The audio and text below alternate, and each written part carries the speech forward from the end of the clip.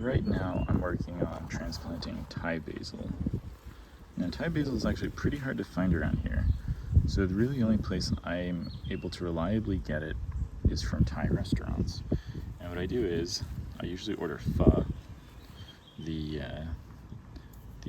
Vietnamese soup, and I will take, instead of putting the Thai basil in my soup, I'll actually just take a good piece of it home, and usually the piece I'm looking for isn't just a leaf or a small piece, but it's generally going to be an inch and a half or 2 inches long, and it has a good stem and it hasn't been cooked or anything like that, of course.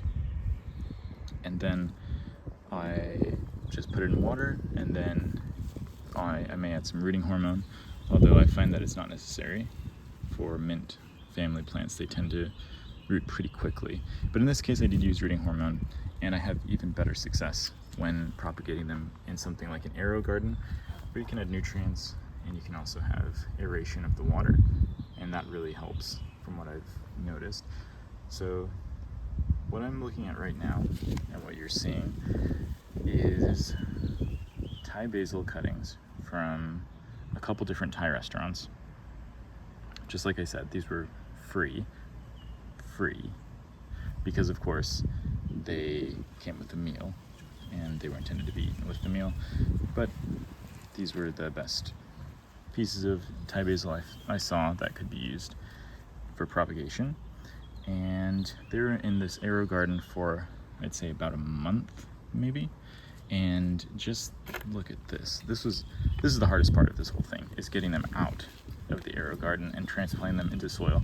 Now these, I will admit, I left likely, I'm not gonna say likely, I definitely left them too long. I usually would pull them out before they develop this many roots, although this just kind of shows you how crazy fast you can get this Thai basil to grow, or really any mint, I'd say, in an aero garden with some nutrients and rooting hormone, and then transplanting them ultimately out into the garden. And that's what I'm working on today.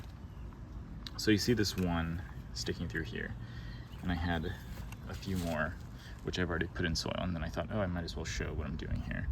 So the tricky thing here is that all their roots are going to grow together, and you can kind of pull them apart like noodles or something like that. They're not necessarily too ensnared and entwined with each other, but you kind of just pull them apart, and it shouldn't be too difficult. You'll still have quite a bit of roots because of course they're in water, so they just produce roots like crazy. And of course they would never need that many roots if they were in soil at this size. But that's what you get when you do it hydroponically. You can absolutely propagate your own Thai basil. I find it's very difficult to obtain from your regular hardware stores like Lowe's or Home Depot. Sometimes they have it, although a lot of the times they do, it doesn't look very good. And so you can do this, like I say, free. If you like eating Vietnamese food, or go to Thai restaurants and they have pho on the menu, and it comes with Thai basil as something you add into the dish, I highly recommend ordering it and giving it a try.